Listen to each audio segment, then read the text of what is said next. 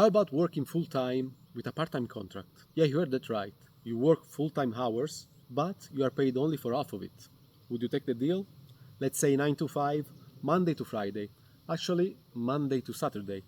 Let's add another day, just for good measure. This was one of the first job I took, almost 20 years ago. I had no other choice. I used to work 8 hours a day with 1 hour lunch break, so 7 hours a day, from Monday to Saturday, as I said, for 600 euros per month. Let's do the math real quick, shall we? 600 euros per month, that would be roughly $700 per month, 520 pounds per month. Let's have a look at the hourly rate. 3 euros and 30 cents, $3.87, £2 and 86 pence. Let's have a look at the workload also. 42 hours per week, 182 hours per month, and let's not forget, 1 week of holiday per year. Enjoy.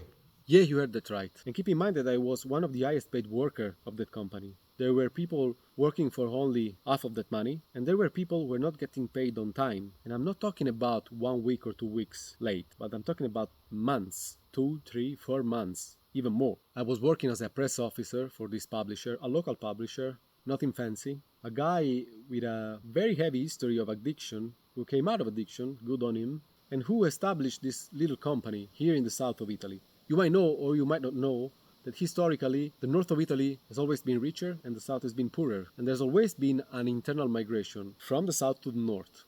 And it's still going on to this day. So whenever someone manages to invert the trend, it's easy for this kind of event to break the news and end up on local newspaper.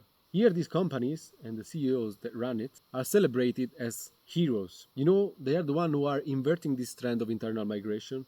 They are the one who came back to create occupation in the south, in the poor south. But actually they are thriving on fear, they are thriving on misery, and they can do whatever the heck they want because the unemployment is so high that if someone refuses a job, there is a line of people behind him who are qualified and overqualified to get that job.